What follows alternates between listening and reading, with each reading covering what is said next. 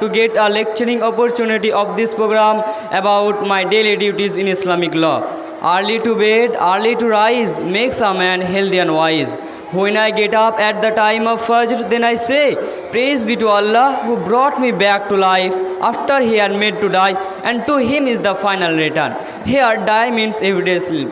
Then I perform ablutions, prayers, Al-Quran reading, drinking milk, reading at madrasa time to time, listening, reading, writing attentively, private coaching, playing, etc. before sunset.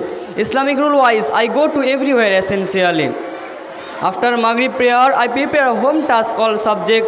Then I take dinner and I listen Islamic theology, and I go to bed and I perform zikr and I say, Oh Allah, in your name I die and I alive. No any change the duties means habitual fact, because Allah wanted to examine the day of judgment on moral character. So Allah said in Surah Al-Mulk, Alladhi khalaqal mawta wal hayata liyabluwakum ayyukum ahsanu amala. He who created death and life, that He may try which of you is best in them.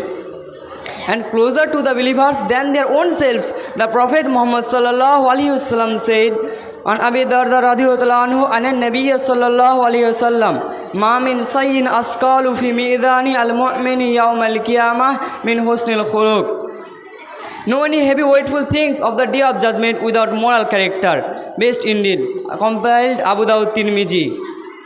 Therefore, we must obey our daily duties in Islamic law. Likely, Rasul is our leader of all. We are ready to obey his call. Rasul is supermodel of all ages. We should follow what he says. At last, I pray to Allah that He accepts our well education and award for moral character. That means best indeed, and award us your best reward in this life and the life hereafter. Thank you. Assalamu alaikum.